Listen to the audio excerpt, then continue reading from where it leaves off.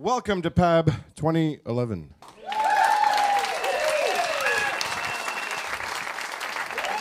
Well, today I want to share with you a story about Kunhimangalam, and it's a land where elephants have no ears.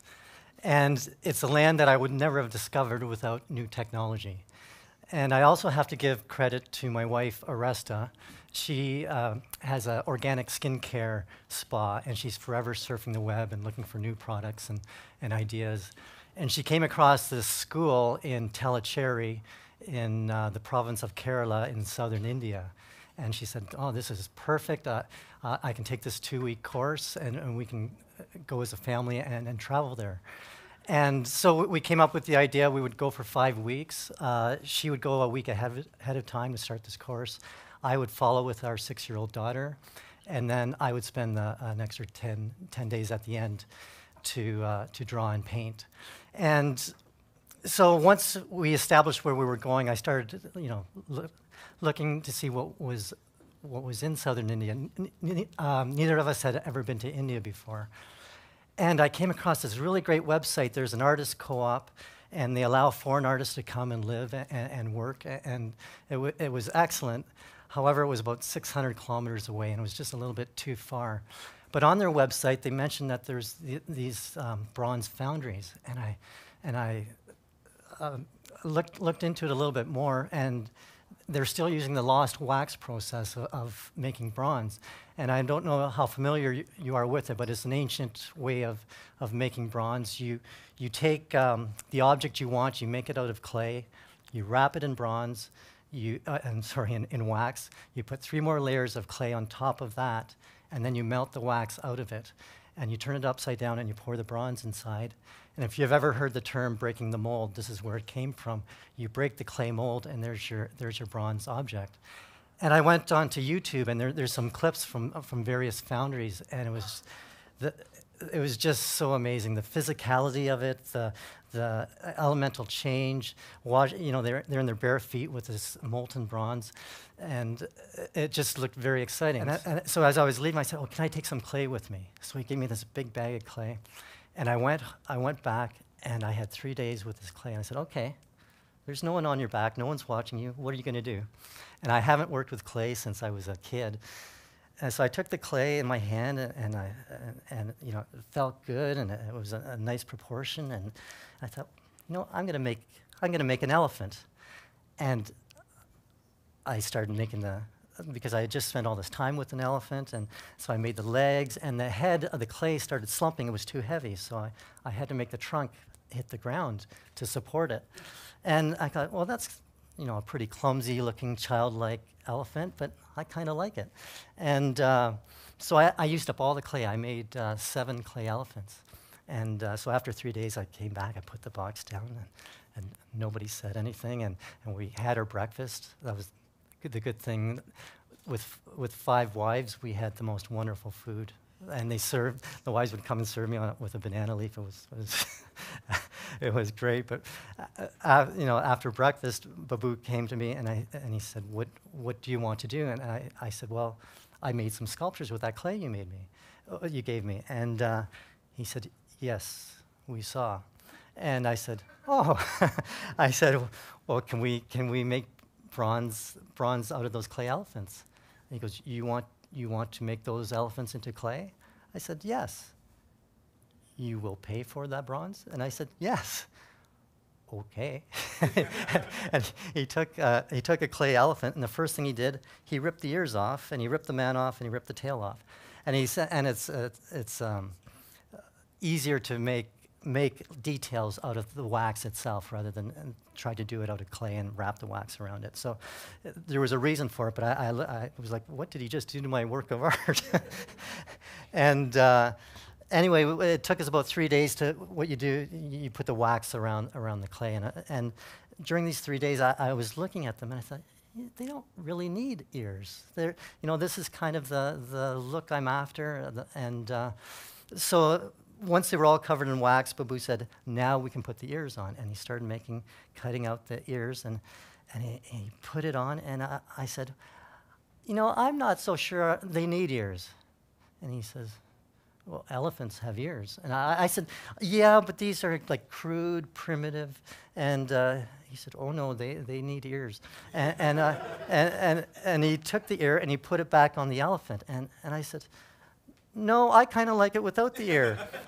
And he says, no. He says, so we went back and forth. And finally he looked at me and he said, what is the purpose of this? And I said, well, there's no real purpose. I just like it. It's kind of primitive. And I tried to use all the English language I could think of to communicate the roughness, because I don't know if you've seen what they do. They do this really finished, polished work. And I had to be very careful not to come across as saying, I feel my work is better or superior, which obviously it wasn't. At one point, Babu actually took me aside. He said, so do you sell your work? At one point, this old lady came by, and she had a bag of scrap metal, and she poured it out on the ground, and they went and they sorted it all. And then what they did, they just took a chisel, and they dug just a shallow trench into the packed earth. And then they melted the bronze, and they just poured it into the little ditch they made, and they got a solid piece of bronze. And I thought, well, this is beautiful. This is low tech. You don't need clay or anything. And I said to him, I said, so Babu, I said, if I were to draw a picture in the earth, if I were to dig a picture, could we put the bronze into the drawing? He said, yes, this is possible.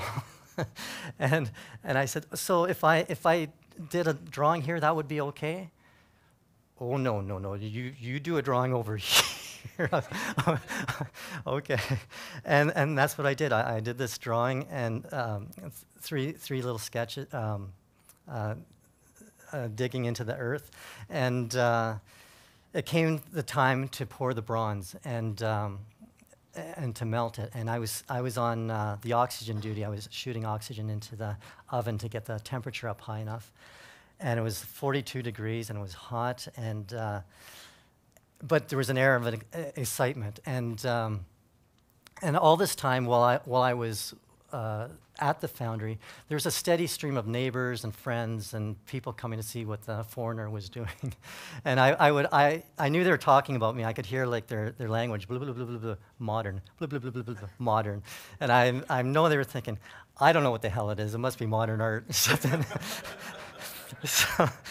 So it came time for the pour, which was very exciting, and they poured the bronze, and the best part was actually the carvings in the earth, and they came around and they watched, and to see this molten hot bronze flow into the drawing in the earth was magical.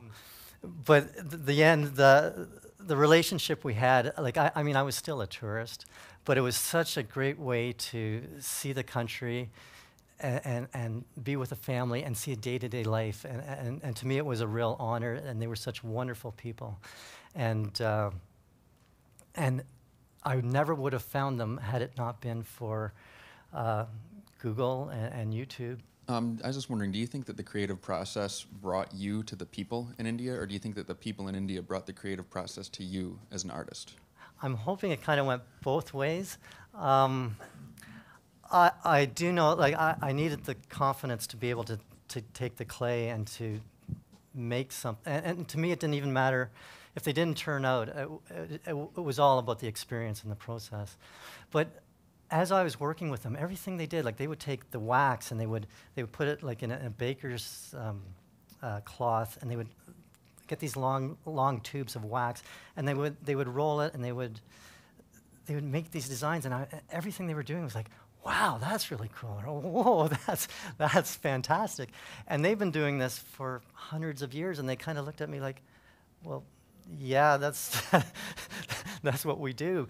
And after a little while, I think some of the brothers, I think they started to actually re-examine what they've been doing, and going, yeah, actually, that is kind of cool. And when we did the drawings in the earth, I mean, they came around, and watching that molten, it's like watching a fire, but watching that molten bronze just flow into the drawing, it was just, I think they got something out of it too. And I know I'm talking about the experience.